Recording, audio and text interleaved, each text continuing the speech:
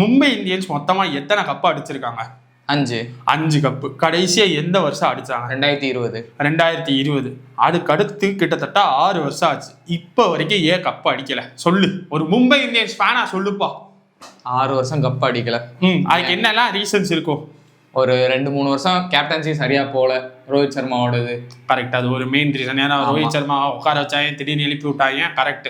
ஹர்திக் பாண்டியா விலகி போயிட்டாரு. கரெக்ட், அது ஒரு மெயின் ரீசன். ஓகே, அது 2. வேற பொலார்டுக்கு வந்து ரீப்ளேஸ்மெண்டே கிடைக்கல. அது வந்து ஒரு இந்த ஜென்மத்துல அவ்வளவுதான். அடுத்து ஒரு ஜென்மம்னு வந்தா அடுத்து ஒரு மும்பை இந்தியன்ஸ் வந்து அடுத்து ஒரு பொலார்டுக்கு அவர் தான் வர முடியும்.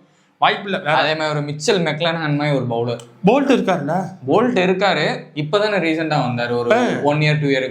20லயே அவர் விளையாண்டாரு. 20ல விளையாண்டாரு. அதுக்கப்புறம் திரும்ப ராஜஸ்தானுக்கு போயிட்டாருல.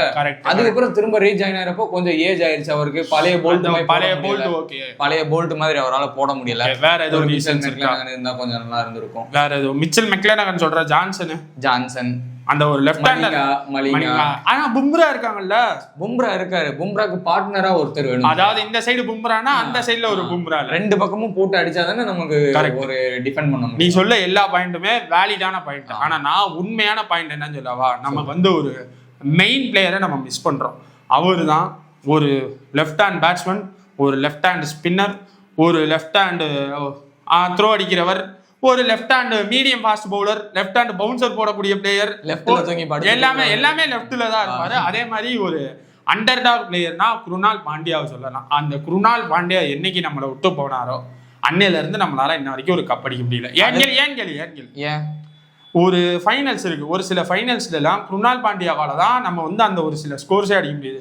எக்ஸாம்பிள் சொல்லணும்னா ஆர்பிஎஸ் கூட 130 ரன் கிட்ட அடிச்சிருப்பா. அதுல குருணால் பாண்டியா மட்டுமே 50 சில்லற ரன் அடிச்சிருப்பாரு. அதே மாதிரி குருணால் பாண்டியாவால ரன்னை வந்து கட்டுப்படுத்த முடியும். அதே மாதிரி விக்கெட்டும் எடுத்துற முடியும்.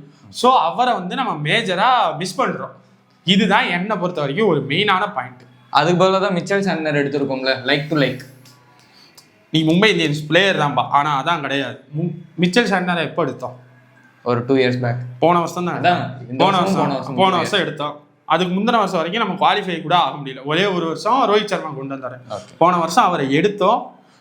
எவ்வளவு தூரம் வந்தோம்? பிளே ஆஃப் வரைக்கும் வந்துட்டோம். குவாலிஃபயர் 2 வரைக்கும் வந்துட்டோம். ஆனா அதுலயுமே மிச்சல் சாண்டனரை ஃபுல்லா யூஸ் பண்ணல. சும்மா அங்கங்க தான் யூஸ் பண்றாங்க.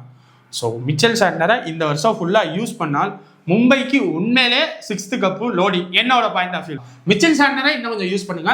உங்களுக்கு ஏதாச்சும் கருத்து இருக்கும் மும்பை இதனாலதான் வந்து கப் அடிக்கலன்னு அதை கீழே கமெண்ட் பண்ணுங்க. கண்டிப்பா பண்ணிட்டு போவோம். ஆமா.